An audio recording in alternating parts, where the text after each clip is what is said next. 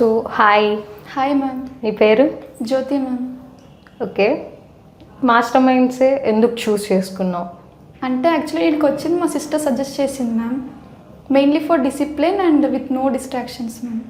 So ఇన్ని courses ఉండగా సిఏనే ఎందుకు జాయిన్ అయ్యావు? నేను సిఏ 2 రీజన్స్ జాయిన్ అయ్యాను మ్యామ్. ఫస్ట్, టఫ్ అని కాకుండా ఈ కోర్స్ నాకు రియలిస్టిక్గా అనిపించింది మ్యామ్. And second, signature. ఎక్కడి నుంచి వచ్చావు? బెంగళూరు మ్యామ్.